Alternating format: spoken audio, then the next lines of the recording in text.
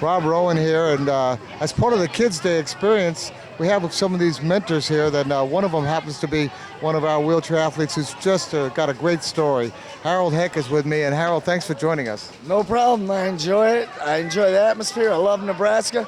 I love coming to these games because of the kids. It's like this is my first time participating in this event, and kids are so honest. And I see these youth with disabilities, and I can't help but have a better day for it, and my life is going to be better. It's like sometimes I wake up in a bad mood, but you just remember that these kids haven't had the same chance that I've had because I wasn't paralyzed till I was 21. So this is the event I've been looking forward to for a year. And it's my first time competing or doing this, mentoring these kids and talking to them and working with them, and I just love it. And so it's like I'm going to try and do it every year. That's great. So you were in the Army, but you told me a little story about how you just kind of one day out of high school, next thing you're in the Army, and you kind of grew up there a little bit. Yeah, in high school, I was a year younger than everybody. The day I turned 17, I was a senior, November 7th of 1986 or 1985, and I was graduating May of 86. But the day I turned 17 was the first time I was ever in a big city. Went to Milwaukee, I took the ASVAB test for the service, scored really high on that. The thing I said I couldn't do was fly planes, so I could do any job I wanted. But I called my dad that day, because Dad's always right. I've always taken his advice, and I'll be 40 in November. So that day I told him, I go, they're offering me 4 years, they're gonna give me $2,500 bonus, and I can do any job I want. And he goes, it's up to you. You're a young man, you're scheduled to graduate ahead, before your class, because you can graduate in December instead of May. It's up to you if you think it's a good idea. And I signed the papers, never looked back. And the funny thing is, I was qualified for $12,500 bonus. They only gave me $2,500, and I wanted a desk job. I was stacking meat in a warehouse, but it turned out to be one of the best experiences in your life. Make sure you tell people and you get it in contract what you want to do. But I went in 10 days after, and I was like a little kid. I was a little bit more immature. I broke all the cliques in high school, hung out with the good-looking girls, did some good-looking girls' homework. I was a jock because I was a wrestler, and I was one of the poorest kids, the last kid to wear corduroys. And in sports, I did a lot of stuff. But even when the nerds got picked on, even though I was 105 pounds, I helped out them by, telling the bullies not to pick on them. But it's like through high school, I hung around girls and did their homework, but I was kind of afraid of them. The only thing I was afraid of. So, long story short, I grew up in basic training by, doing all the push-ups and getting discipline that my parents didn't give me. But, they taught me life's lessons. But I never really kissed a girl until I was like 19, 20 years old. So I thought, and I got the confidence finally, and I love to talk. So I just love the experience I had growing up in the Army and with my folks at home. It's like I wouldn't trade anything for the world.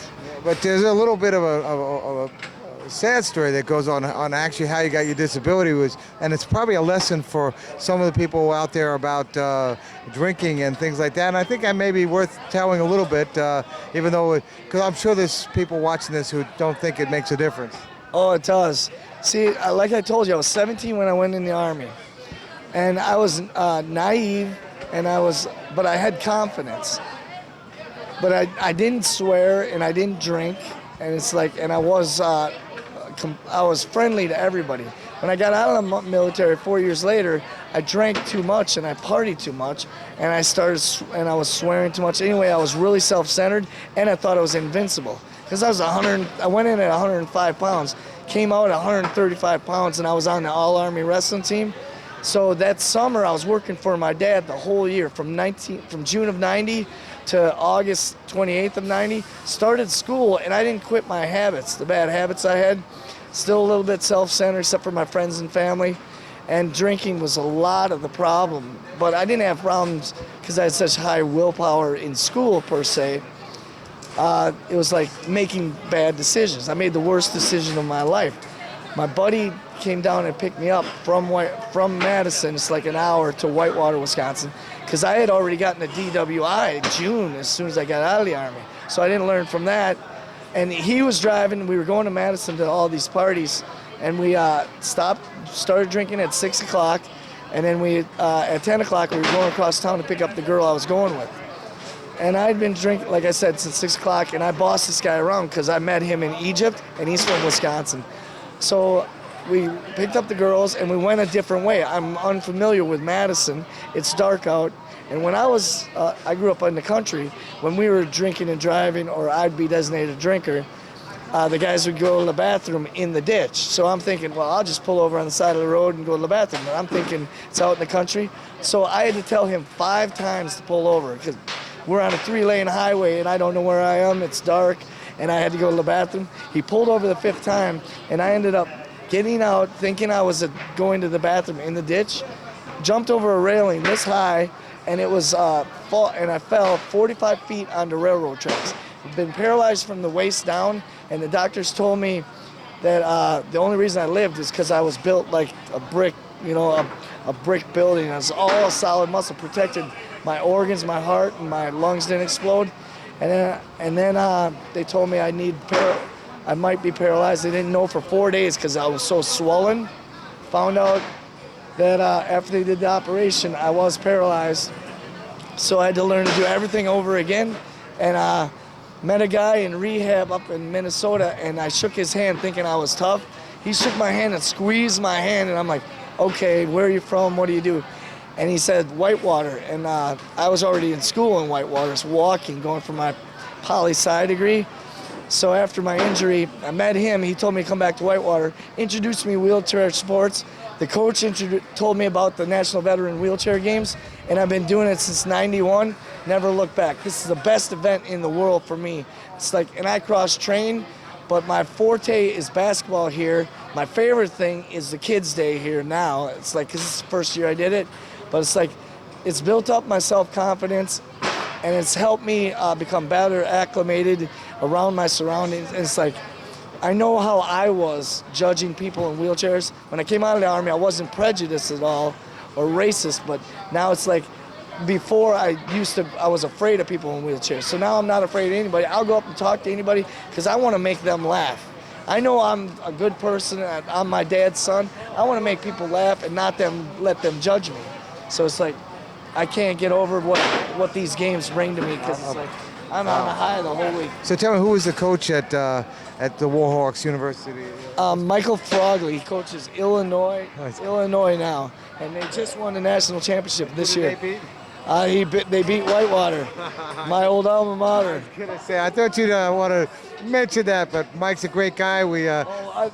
Mike helped me through some hard times in that first winter. After I was alone, I had to come back home and stay at home because I wasn't around kids or around other students. He came up and visited me. Harold, you got to come back. We only got 10 days. Come back to Whitewater so we can train. It's like, and the guy is like, he already knows what you're thinking if you're having a bad day. It's like in fact, he's a brother, a mentor, a coach, a teammate. I played with him, and it's like all around good guy. If I need some advice, even though he's in Illinois, 8 hours away, I'll give him a call. He'll talk to me for half an hour. Yeah, Mike, if you're out there listening to this, we really want to say hi to you, guy. Congratulations again for your Illinois win there. And one last thing you want to say to the veterans out there who watch this, or anybody able-bodied or disabled, about how to overcome the obstacles that come? Okay. Life is what you make it. Everybody has hard times in life, whether it be mental, whether it be abusive, whether it be neglected, or any impairment. You're blind, or any impairment, disabled. Do the best you can, strive for all you can, and get people around you, because if you try to do it by yourself, or you think you can do it by yourself, that isn't what life's about, because you want to help out as many people as you can, because you're going to have twice as many friends, and they're going to tell 2 friends. Pretty soon everybody in the world knows your name. It's like, that's why I come here. It's not, the medals mean nothing. This Kids' Day was the highlight of my week so far, and I'm on 2 really good teams that have chances to medal. So, and just meeting you guys was just an adventure. It's like, the more friends you have, because we come together, even if we lose a basketball game, we're still hugging at the end of the game because we might have a sport where they're on a different team with us. So this game it's impossible to beat. It really is, for camaraderie, spirit, friendship, and just love of countrymen. Naval, Army, Air Force, Marines, anybody. Guard. Yep, Coast Guard, everybody. Just meet so many interesting people. Well, that was Harold Hick, and I think he really had something to say there, and I hope you enjoyed it. And you're on xable.com at the National Veteran Games, the 28th time they've put this on, and it's a doozy.